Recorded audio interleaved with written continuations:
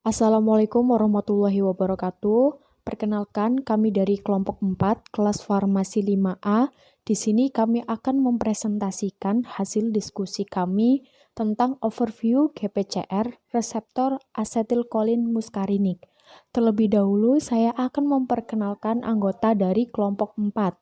Yang pertama ada Aldina Wahyuningrum, kemudian ada Amelia Damayanti, Chandra Luciana Widya, Rizky Andre Wibowo, dan Zulfa Fadilah. Baik, selanjutnya ada materi yang akan kami paparkan pada presentasi hari ini adalah yang pertama ada pendahuluan, yang kedua ada struktur, yang ketiga ada subtipe, yang keempat ada distribusi, yang kelima ada respon intraseluler, dan yang keenam ada review jurnal. Perlu kalian lihat gambar di samping ada struktur kimia dari nikotin dan muskarin. Baik, selanjutnya ada GPCR. Sebelum kita mempelajari tentang GPCR, terlebih dahulu kita harus mengetahui apa itu reseptor dan apa itu transduksi sinyal. Reseptor itu sendiri adalah molekul protein yang menerima sinyal kimia dari luar sel atau dari neurotransmitter dan menghantarkannya ke dalam sel, sehingga dapat menghasilkan efek. Sementara itu, transduksi sinyal adalah proses signaling di dalam sel di mana sinyal akan mengalami perubahan dan kemudian akan didistribusikan ke dalam sel.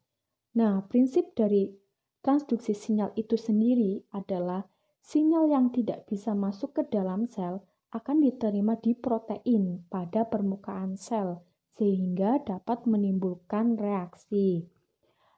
Dalam video ini, kita dapat melihat bagian intrasel terdapat subunit dari GPCR, yaitu alfa, beta, dan gamma. Dalam keadaan inaktif, subunit alfa terikat dengan GDP. Kemudian, ligan dalam hal ini neurotransmitter, hormon, atau obat akan berikatan dengan reseptor di permukaan sel yang akan menginduksi perubahan konformasi sehingga ikatan antara alfa dengan GDP akan lepas, kemudian alfa akan mengikat GTP. Pengikatan ini akan menyebabkan subunit alfa aktif. GPCR. Pengertian dari GPCR itu sendiri adalah reseptor yang tergandeng dengan protein G, di mana reseptor ini terletak pada membran sel. Untuk jalur dari GPCR sendiri itu ada dua, yaitu jalur adenilat siklase dan jalur fosfolipase. Pada jalur adenilat siklase, mengaktifkan adenilat siklase sehingga menghasilkan CAMP sebagai second messenger yang akan menghantarkan sinyal ke tempat aksi. Pada jalur fosfolipase, mengaktifkan enzim fosfolipase, menghasilkan IP dan DAG, yang akan berikatan spesifik di retikulum endoplasma yang terikat ion kalsium sehingga kanal kalsium akan membuka dan ion kalsium akan masuk ke intrasel. Reseptor asetilkolin muskarinik. Yang pertama ada pendahuluan. Henry Haltdale lahir pada 9 Juni 1875, wafat pada 23 Juli 1968, merupakan seorang fisiolog asal Inggris yang pada tahun 1914 mengisolasi asetilkolin pemancar syaraf. Pada 1936, ia menerima penghargaan Nobel Farmakologi Kedokteran dengan farmakolog asal Jerman, yaitu Otto Louis, untuk penemuan mereka dalam penyebaran kimia dari impuls syaraf. Risetnya membuktikan peranan asetilkolin sebagai pemancar kimia impuls syaraf. Aksi asetilkolin itu sendiri ada dua, yaitu yang pertama ada muskarin-like dan nikotin-like.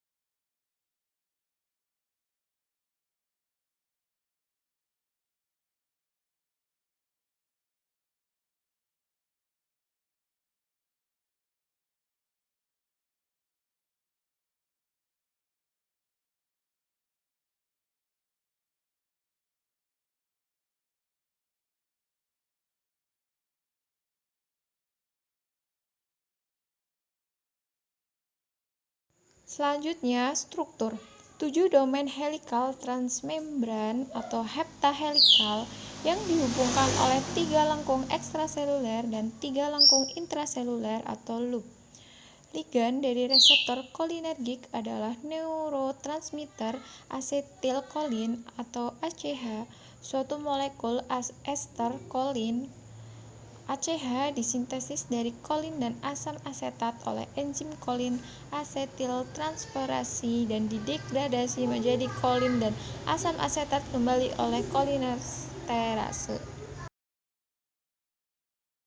Selanjutnya subtipe MACHRS ada M1 sistem saraf pusat, M3 otot polos kelompok eksokrin, dan M5 sistem saraf pusat.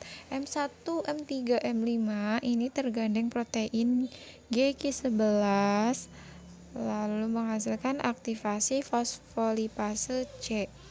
Dan M2 jantung, M4 sistem saraf pusat, M2 M4 ini tergandeng protein G0 lalu menghambat aktivasi adenilat siklase.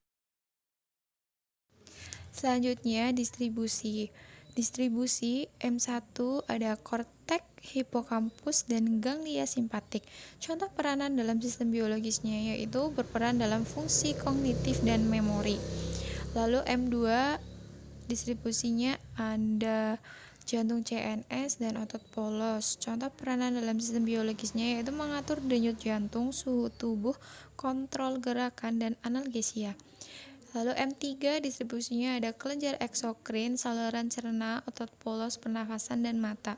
Contoh peranan dalam sistem biologisnya yaitu mengatur motilitas GI, sekresi kelenjar, salivasi, lakrimasi, dan konstriksi otot polos bronkus. Lalu M4 distribusinya ada neostriatum atau otak. Contoh peranan dalam sistem biologisnya itu mengatur analgesia dan mengatur pelepasan dopamin pada skizofrenia. Lalu yang terakhir ada M5 distribusinya ada substantia nigra atau otak. Lalu mata, contoh peranan dalam sistem biologisnya itu mengatur pelepasan dopamin, regulasi dilatasi pembuluh darah otak. Bisa kita lihat ini respon intraselulernya M1, M3, M5 itu untuk mengaktifasi fosfolipase C, dan M2, M4-nya itu untuk menghambat aktivasi adenilat siklase. Selanjutnya, mekanisme transduksi sinyal asetilkolin. Mekanisme transduksi sinyal asetilkolin adalah sejumlah mekanisme molekular yang berbeda terjadi dengan menimbulkan sinyal yang disebabkan setelah asetilkolin mengikat reseptor muskarinik.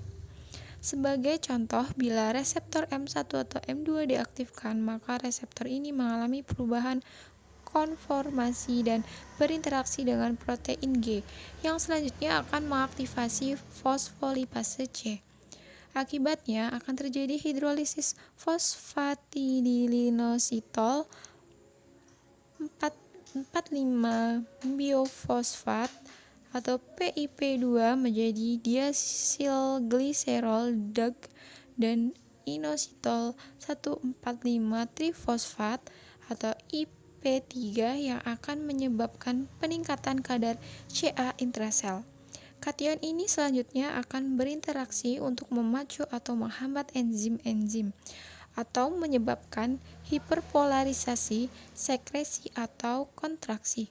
Sebaliknya, aktivasi subtipe M2 pada otot jantung memacu protein G yang menghambat adenilil siklase dan mempertinggi konduktan K, sehingga denyut jantung dan kontraksi otot jantung akan menurun. Selanjutnya, jalur adenilat siklase. Yang pertama, inaktif. Protein G membentuk kompleks dengan GDP pada subunit dengan GPCR. Yang kedua, signaling dan pertukaran GDP dengan GTP. yaitu mengaktifkan ligan atau neurotransmitter atau hormon melalui GPCR. Perubahan konformasi pada reseptor atau daerah sitoplasmik sehingga menjadi aktif terhadap protein G. Subunit alfa melepaskan GDP dan mengikat GTP. Yang ketiga, aktivasi subunit alfa. Perubahan konformasi G alfa memisahkan diri dari G beta Y menjadi subunit aktif dan bergerak bebas menuju sitoplasma. Yang keempat, aktivasi adenilat siklase. G alfa yang aktif akan mengaktifasi adenilat siklase atau AC untuk memproduksi CAMP atau cyclic adenosine monofosfat. Peningkatan CAMP akan mengaktifasi PKA protein kinase A, aktivasi EPACS dan regulasi kanal ion Ca dilakukan untuk spektrum target yang lebih luas. Selanjutnya yaitu untuk jalur kedua dari GPCR, yaitu jalur lipase untuk subunit M1, M2, dan M5.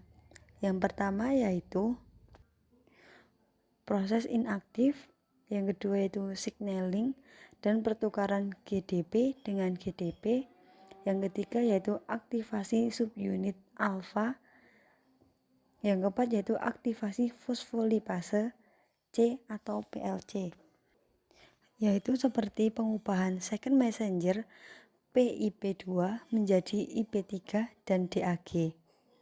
PIP2 yaitu fosfatidilinositol 4,5 bifosfat. IP3 yaitu inositol 3 fosfat. DAG yaitu diasil gliserol. IP3 terdisosiasi ke sitoplasma dan mengaktifkan reseptor membran di retikulum sarkoplasma atau IP3R menuju kanal ion Ca. Kemudian terjadi peningkatan ion Ca di sitoplasma yang akan meregulasi proses seperti kontraksi. Peningkatan DAG mengaktifasi PKC atau protein kinase C. Jalur fosfolipase yaitu mengaktifkan enzim fosfolipase yang menghasilkan IP dan DAG yang akan berikatan spesifik di retikulum endoplasma yang terikat ion kalsium sehingga kanal kalsium akan membuka dan ion kalsium akan masuk ke dalam intrasel. Reseptor muskarinik. Reseptor muskarinik M1 banyak dijumpai di otak atau kognitif dan memori. Bereaksi melalui protein G atau jalur fosfolipase C yang menyebabkan peningkatan Ca2+ intrasel dan distimulasi sekresi asam lambung. Blokade reseptor M1 terjadi penurunan kemampuan kognitif atau Alzheimer.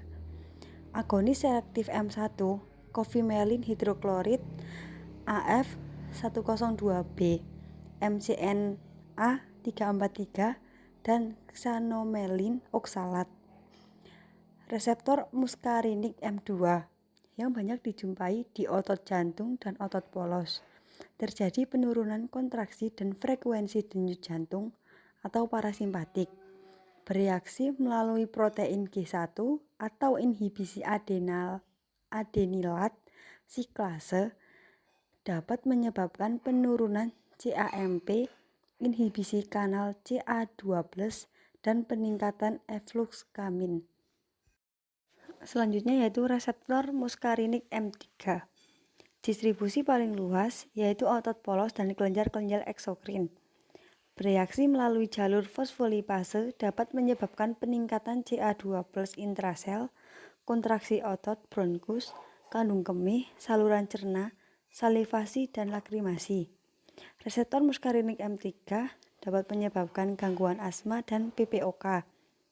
Antagonis M3 yaitu seperti ipotropium. Selanjutnya yaitu reseptor muskarinik M4. Dalam peranannya, sistem biologis belum banyak yang diketahui. Muskarinik M4 terdapat di SSP yang bereaksi melalui protein G1 atau inhibisi adenilat siklase. yang menghambat asetilkolin dan menghambat kerja dopamin. Antagonis selektif M4 yaitu tropicamud dan PD 102807. Reseptor muskarinik M5. Peranannya dalam sistem biologis belum banyak diketahui. Muskarinik M5 bereaksi melalui jalur fosfolipase yang terjadi penurunan CMAP dan PKA dan berkontribusi pada pelepasan dopamin. Agonis maupun antagonis belum banyak yang diketahui. Fungsi klinis obat. Obat-obat yang termasuk golongan antimuskarinik ialah atropin, skopolamin, dan ipratropium bromid. Obat ini bekerja menyekat reseptor muskarinik sehingga semua fungsi muskarinik dihambat. Selain itu, obat ini juga menyekat atau pengecualian neurosimpatik yang menuju kelenjar keringat. Obat ini pun banyak digunakan di klinik karena obat ini tidak menyekat reseptor nikotinik sehingga obat tersebut tidak banyak mempengaruhi ganglion otonom atau sambungan saraf otot rangka. Fungsi klinis obat. Yang pertama yaitu atropin. Efeknya yaitu seperti migrasi atropin digunakan untuk diagnosis tes pada kelainan dalam mata atau retina. Sebagai antisekretori pada waktu operasi. Atropin juga antispasmodik saluran cerna dan kandung kemih. Sebagai antidotum obat-obat agonis kolinergik seperti pada keracunan insektisida, karbamat, organofosfat, dan juga jamur. Yang kedua yaitu skopolamin. Skopolamin adalah obat anti mabuk atau motion sickness yang paling efektif. Skopolamin juga dapat menimbulkan efek pengumpulan daya ingat jangka pendek. Pada SSP menimbulkan sedasi dan rasa kantuk atau berlawanan dengan atropin. Tetapi dalam dosis lebih tinggi dapat menimbulkan kegelisahan. Kegunaan skopolamin dalam terapi yaitu seperti indikasi klinis skopolamin yang hanya terbatas pada pencegahan motion sickness, yaitu untuk obat skopolamin memang paling efektif dan pengumpulan daya ingat jangka pendek. Obat ini pun paling efektif digunakan sebagai pencegahan daripada terapi. Skopolamin memiliki efek amnesia yang dapat dimanfaatkan untuk membantu prosedur. Review jurnal. Reseptor P2Y G protein couple reseptor. Target menarik pengembangan obat baru dan kajian reversibilitas interaksi marmin terhadap reseptor histamin H1, asetilkolin muskarinik, ACH, M3, dan B2 adrenergik.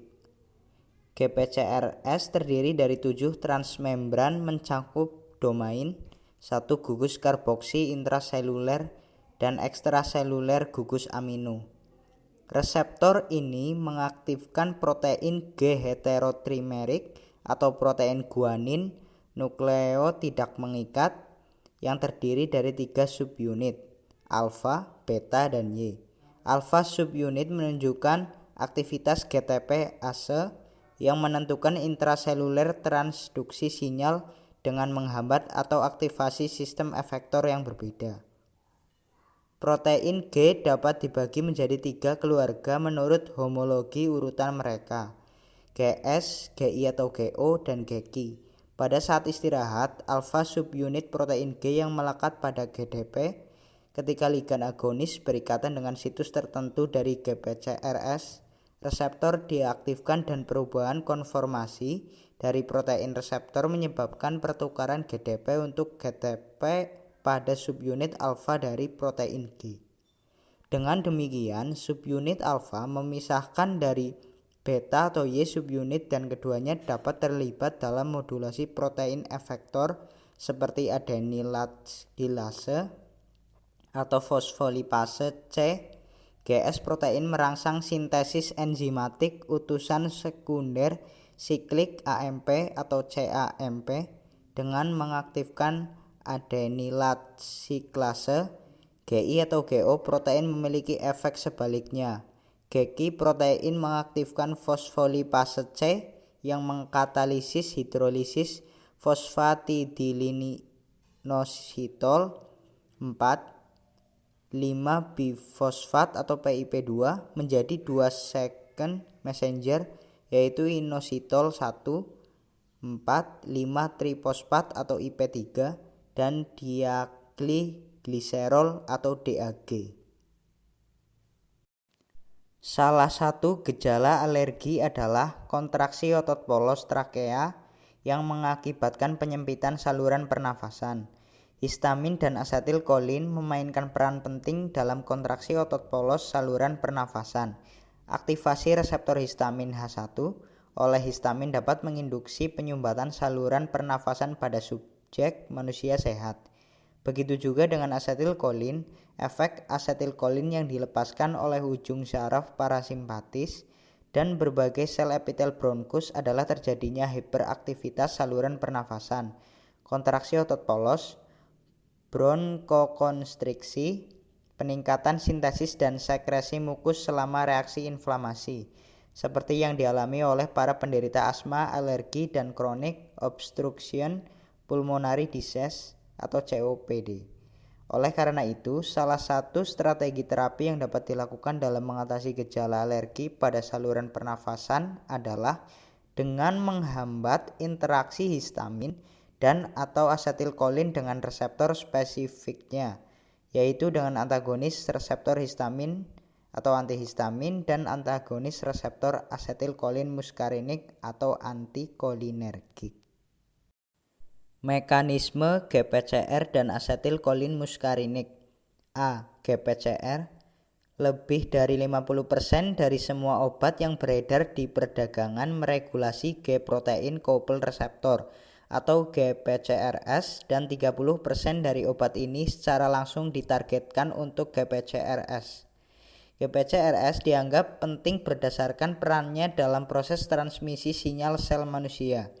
Selain itu, GPCRS memainkan peran kunci untuk terjemahan rangsangan ekstraseluler dalam sinyal intraseluler.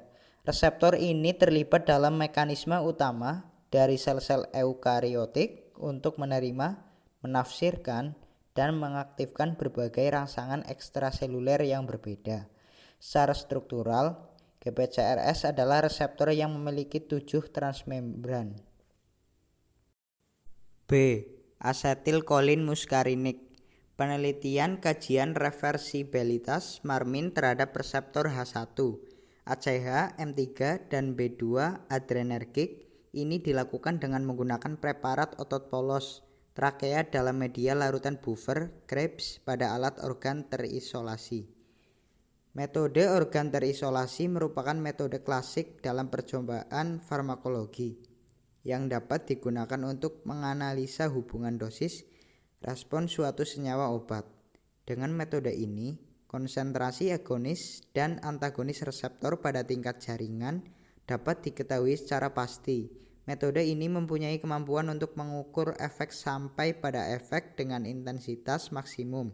Hal ini tidak sepenuhnya dapat dilakukan ketika menggunakan organisme utuh atau pengujian secara in vivo.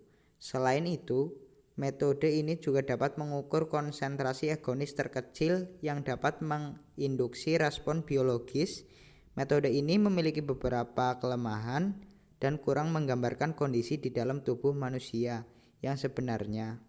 Larutan buffer Krebs yang digunakan tidak sepenuhnya sama dengan cairan fisiologis dalam tubuh, sehingga lama-kelamaan akan berpengaruh buruk terhadap jaringan. Selain itu, isolasi organ dalam alat ini akan mengakibatkan hilangnya fungsi regulasi fisiologis pada organ tersebut. Pencucian otot polos trakea dengan pergantian larutan buffer Krebs selama 45 menit pada fase ekuilibrasi akan menghilangkan pengaruh senyawa relaksan seperti nitrogen oksida atau NO dan berbagai enzim yang dilepaskan oleh sel epitel trakea terhadap rangsangan senyawa spasmogen. Fungsi regulasi dari enzim yang terlibat dalam degradasi histamin dan asetilkolin atau induktor kontraksi otot polos trakea juga akan hilang pada fase ekuilibrasi ini. Pada akhirnya, respon kontraksi relaksasi otot polos trakea yang merupakan fungsi homeostatis normal pada organ ini tidak terbaca lagi pada detektor. Penelitian ini menyimpulkan bahwa interaksi marmin dengan reseptor H1 bersifat reversibel. Uji reversibilitas menghasilkan profil kurva hubungan logaritma konsentrasi histamin terhadap persen respon kontraksi otot polos trakea yang mirip dengan profil kurva sebelum dilakukan uji pengaruh marmin atau kontrol, dan perbedaan nilai PD2 histamin pada uji reversibilitas marmin 10 dan 100 tidak berbeda bermakna dibandingkan kontrol. Penelitian Nugroho menyimpulkan bahwa marmin memiliki afinitas yang relatif lemah terhadap reseptor H1 dengan nilai PA2 sebesar 2,302 sehingga diperkirakan potensi marmin sebagian antagonis reseptor H1 tidak terlalu tinggi. Ya, sekian presentasi dari kami. Bila ada kesalahan dari kelompok kami mohon maaf. Terima kasih. Wassalamualaikum warahmatullahi wabarakatuh.